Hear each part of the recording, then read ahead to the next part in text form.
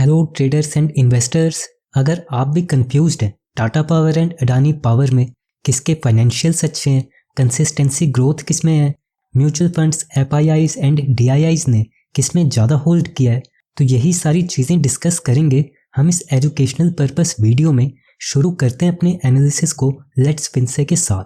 और सबसे पहले इनका बिजनेस क्या है वो देखते हैं। तो ये दोनों पावर सेक्टर के कंपनीज हैं। टाटा पावर करता है एनर्जी का प्रोडक्शन, ट्रांसमिशन एंड डिस्ट्रीब्यूशन, और अडानी पावर सिर्फ करता है एनर्जी का प्रोडक्शन। अब देखते हैं Tata Power and Adani power कौन से सोर्सेज का यूज करते हैं एनर्जी के प्रोडक्शन के लिए। टाटा पावर अपना प्रोडक्शन करता है hydro, wind, thermal, solar and other sources से, and Adani power mostly depend है थर्मल पर।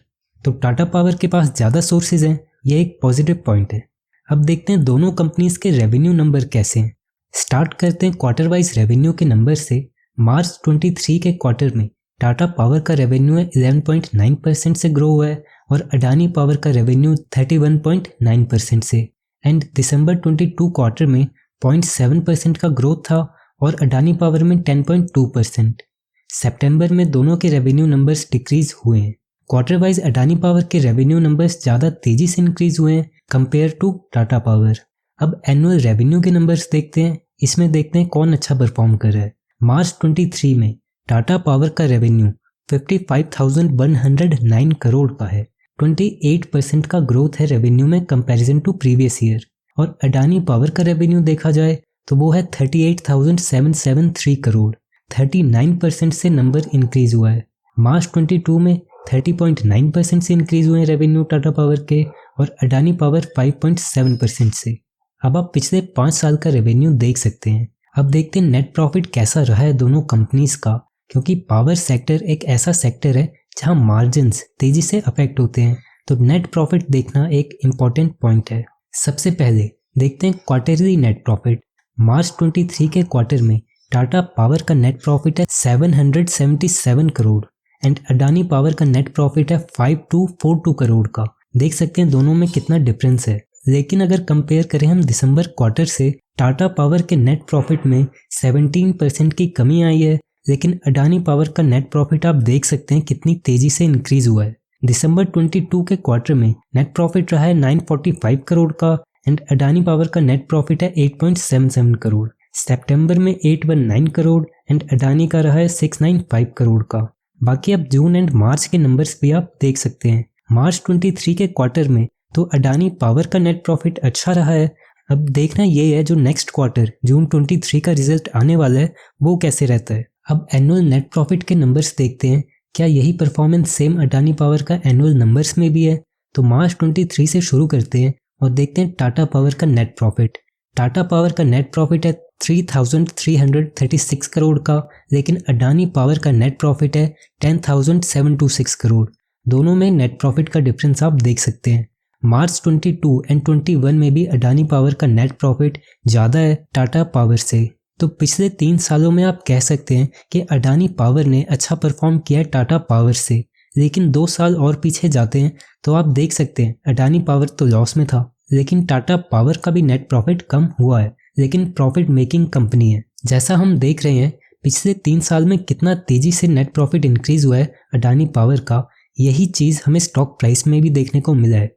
अब आप देख सकते हैं लास्ट 5 ईयर में कितना रिटर्न देके गया है, 3 ईयर एंड 3 मंथ्स में भी। अब ये तो देख लिया है कि कौन कितना प्रॉफिट कर रहा है। अब देखते हैं इन दोनों कंपनीज में डिविडेंड कौन ज़्यादा दे रहा है। मार्च 23 के फाइनेंशियल ईयर में टाटा पावर ने 2 रुपीज़ पर शेयर का डिविडेंड इशू किया था, लेकिन अडानी पावर ने कोई डिविडेंड नहीं दिया। मार्च 22 में फाइनेंशियल ईयर में टाटा पावर ने फिर से 1.75 रुपीज़ पर शेयर का डिविडेंड इशू किया, लेकिन अडानी पावर ने इस फाइनेंशियल ईयर में भी कोई डिविडेंड नहीं इशू किया। अब आप पिछले 5 साल का डिविडेंड हिस्ट्री आप देख सकते हैं।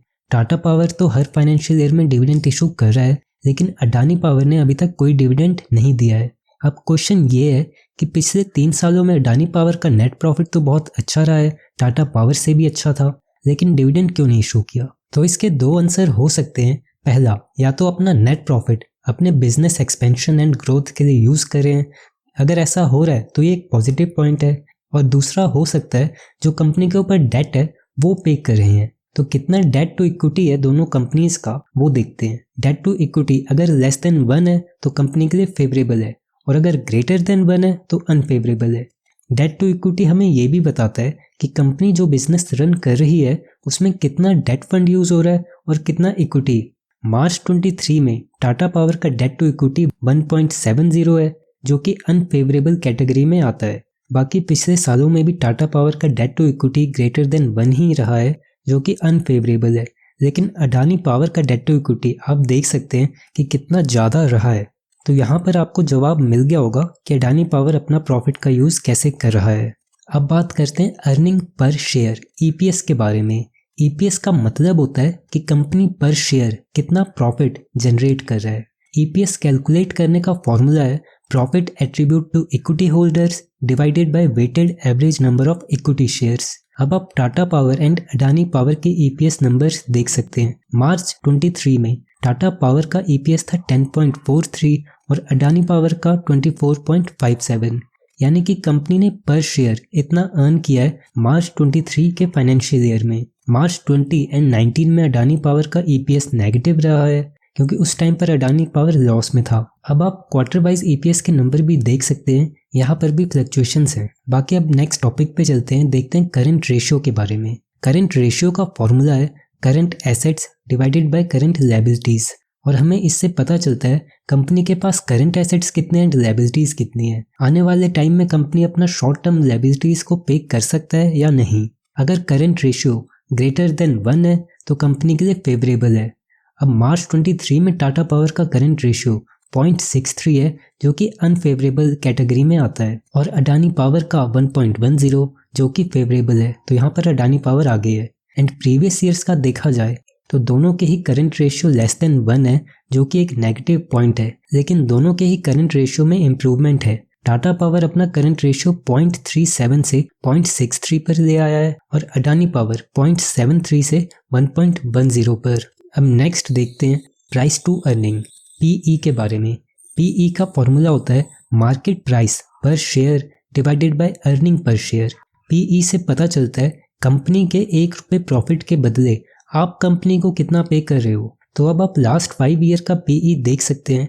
यहाँ से आपको पता चल जाएगा कि 1 रुपये प्रॉफिट के बदले आप उन कंपनीज को कितना पे कर रहे हो। अब नेक्स्ट देखते हैं हम ROE return on equity.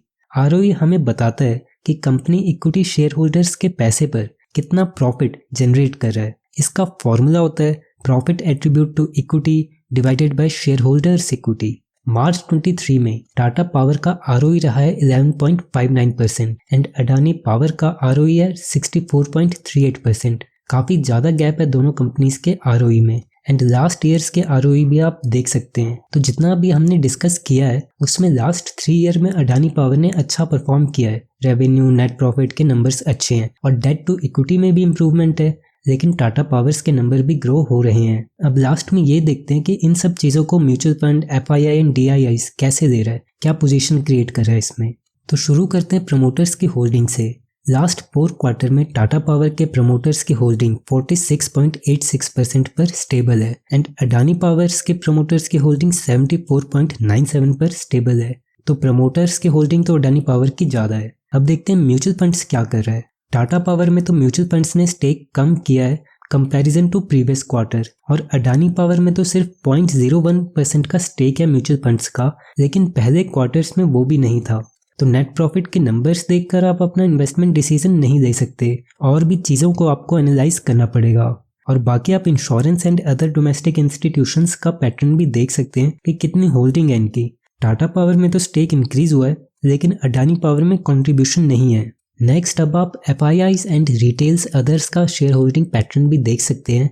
FIIs का स्टेक अडानी पावर में देख सकते हैं कि जून 22 में 17.56% पर था और मार्च 23 में 11.70%। तो यहाँ पर आप कह सकते हैं कि प्रॉफिट बुकिंग हुई है। और रिटेल्स एंड अदर्स का शेयर होल्डिंग पैटर्न देखा जाए तो स्टेक्स इंक्रीज हुए हैं, और जिस कंपनी में रिटेल्स एंड अदर्स का स्टेक इंक्रीज होता है वो फिर एक नेगेटिव पॉइंट हो जाता है। तो इस कंपैरिजन वीडियो में हमने देखा है कि किसके फाइनेंशियल्स अच्छे हैं, कंसिस्टेंसी किस में है एंड इंस्टीट्यूशन कैसे रिएक्ट करें इनके रिजल्ट्स में। अगर आपका बाइंग डिसीजन इस बेस पर है कि ये कंपनी तो अच्छे ग्रुप की है, आज नहीं तो कल आपको प्रॉफिट ही मिलेगा, या फिर प्रीवियस रिटर्न्स देखकर बाय कर रहे हो कि इतना ऊपर गया, अब यहाँ से कितना ही करेक्ट होगा, कितना ही गिरेगा, तो ये गलत है। आपको अपना डिसीजन फंडामेंटल्स या टेक्निकल एनालिसिस बेस पर करना चाहिए। इस एनालिसिस को यहीं पर क्लोज करते हैं। वीडियो अच्छा लगा हो तो लाइक कीजिए और मिलते हैं बहुत जल्द नेक्स्ट वीडियो में न्यू एनालिसिस के साथ।